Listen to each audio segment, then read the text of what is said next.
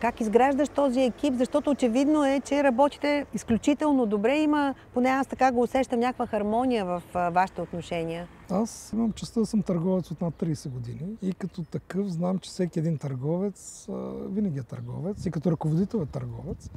И съответно трябва да купуваш и да продаваш. Дали купуваш и продаваш стоки или хора, то е общо взето все едно, въпрос на умения.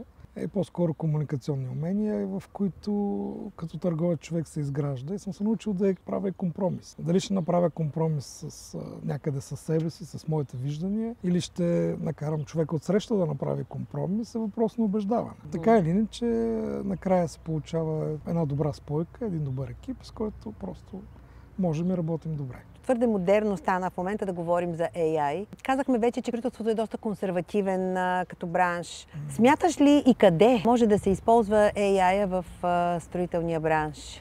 Това е бъдещето. Няма мърдане, няма на къде. Според мен, наистина и политиците ще се изненадат, че в един момент ще има много хора без работа.